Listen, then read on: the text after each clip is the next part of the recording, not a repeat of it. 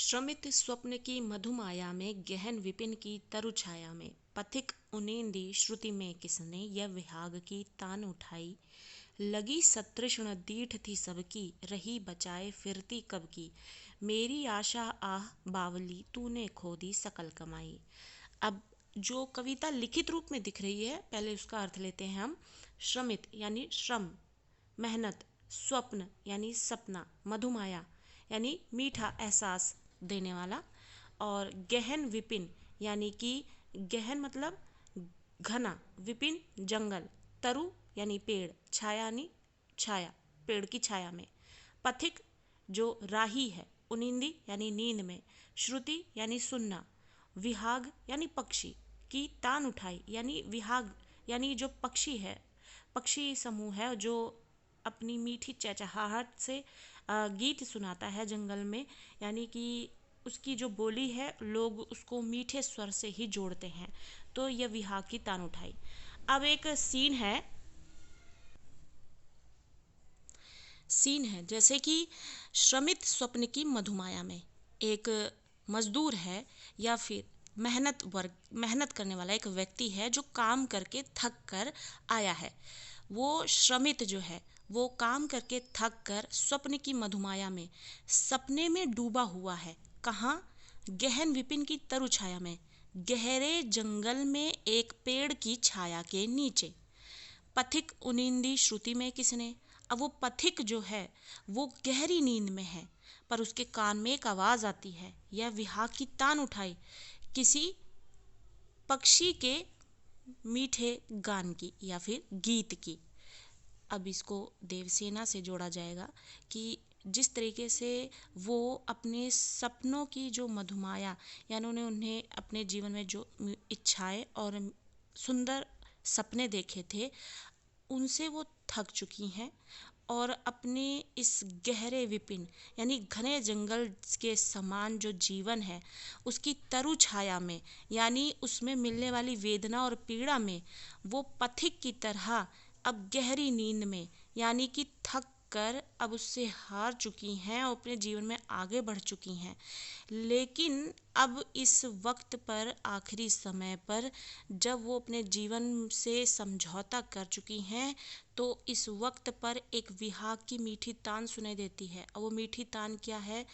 स्कंदगुप्त द्वारा अपना प्रणय निवेदन अब देवसेना के सामने आना, जो कि देवसेना ने बहुत वक्त पहले स्कंदगुप्त के सामने किया था।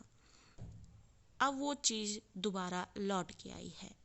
अब जिस तरीके से थका हुआ राही जो है उस वक्त उसको इस चिड़िया की चहचहाहट जो है वो मीठी नहीं लगती, क्योंकि वो थका हुआ है और थके होने की वजह से उसे नींद प्यारी है। उसी तरीके से अब देवसेना जो है, जब वक्त चला गया है और देवसेना के सामने अब ये प्रणय निवेदन आ रहा है, तो अब वो उनको अच्छा नहीं लग रहा। तो श्रमित स्वप्न की मधुमाया में थका हुआ श्रमिक जो है वो अपने स्वप्न की मधुमाया में है और गहरे जंगल, घने जंगल की तरु की छाया में लेटा हुआ है, सोया हुआ है। और अब वो पथिक उस नींद में उसको एक चीज़ सुनाई देती है, विहाग की तान यानी पक्षियों की मीठी चहचहाहट, लेकिन वो उसे अच्छी नहीं लग रही क्योंकि वो थका हुआ है, उसे नींद चाहिए, नींद प्यारी है। वैसे ही देवसेना थक चुकी हैं अपने जीवन में और अपनी जीवन की उस वेदना और पीड़ा से थक चुकी हैं, और आखिरी वक्त में, यानी कि अब वो वक्त जब उन्होंने प्रणय निवेदन स्कंदगुप्त के सामने किया था, ठुकरा दिया गया। अब वो वक्त नहीं रहा है, अब वो देश के लिए समर्पित हो चुकी हैं, और अब इस वक्त इस प्रणय निवेदन को स्वीकार करके अपने जीवन की जो सकल कमाई है जो उन्होंने देश के लिए समर्पित होकर की है वो बेकार हो जाएगी। अब लगी सतृष्ण दीठ थी सबकी, सतृष्ण यानी तृष्णा के साथ। तो अब यहाँ पर देवसेना ये बताती है कि उनके जीवन में और क्या घटित हुआ था उस वक्त पर, जब उनको स्कंदगुप्त की ज़्यादा ज़रूरत थी, जब सबकी तृष्णा भरी नज़रें, दीठ यानी नज़र, सतृष्ण यानी तृष्णा भरी यानी लालच भरी निगाह जो नकारात्मक होती हैं, तो वो सतृष्ण दीठ सबकी उन पर थी। रही बचाए फिरती कब की, और कब तक वो अपने आप को बचाई फिरती। मेरी आशा आह बावली, और हे मेरी आशा, अब तुम इस तरीके से इस निवेदन पर बावली ना हो। अगर तुम इस वक्त अब इस निवेदन को स्वीकार कर लेती हो तो तूने खो दी सकल कमाई। सकल मतलब सारी कमाई, मतलब जो भी कमाई, जरूरी नहीं कि पैसे की कमाई होती है, जो भी आपने इज्जत प्रेम दूसरों से कमाया है वो भी कमाई मानी जाती है। तो जो उन्होंने देश को समर्पित होकर जो इज्जत कमाई है, देश के लिए कार्य करके, अगर उन्होंने वो अगर थोड़ा भी है उनके पास वो कमाई, तो वो अब इस वक्त पर इस निवेदन को स्वीकार करके उस सकल कमाई को खो देंगे।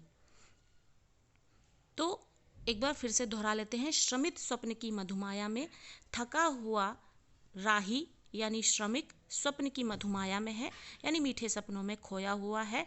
गहन विपिन की तरु छाया में, गहरे जंगल की एक तरु के छाया में। और वह पथिक नींद में उसको एक श्रुति यानी कि उसको कुछ सुनाई देता है, विहाग की मीठी तान, यानी देवसेना अब जो अपने जीवन भर की यात्रा जो है वो मेहनत करते हुए चली आई हैं। कैसी मेहनत? अपनी इच्छाओं को पीछे छोड़कर देश के लिए समर्पित होकर, और अपने इस गहरे घने जंगल के समान जीवन में जो तरु छाया है यानी वेदना और पीड़ा है, जिसकी छाया में वो पली हैं, और सूनेपन और अकेलेपन की छाया में, अब वहाँ पर उनको एक मीठी तान सुनाई देती है। और वो मीठी तान होती है स्कंदगुप्त द्वारा प्रणय निवेदन लेकर देवसेना के सामने आना। लेकिन अब वो उन्हें अच्छी नहीं लग रही है और ना वो उनके लिए स्वीकार्य है। देवसेना आगे कहती हैं, उनकी वेदना कहती है कि सबकी तृष्णा भरी निगाहें उन पर थी सारा जीवन, तब उनको स्कंदगुप्त की बहुत ज़रूरत थी, लेकिन उन्होंने ठुकरा दिया। और सबकी तृष्णा भरी जो नज़रें थी वो अपने आप को कब तक उनसे बचाती फिरती, और यही तकलीफ़ें और तकलीफ़ों के साथ जुड़कर उनको सारा जीवन वेदना और पीड़ा देती रहीं। मेरी आशा आह बावली तूने खो दी सकल कमाई। और अगर अब यह निवेदन स्वीकार कर लिया गया तो मैं अपने जीवन की सारी कमाई गवा दूंगी।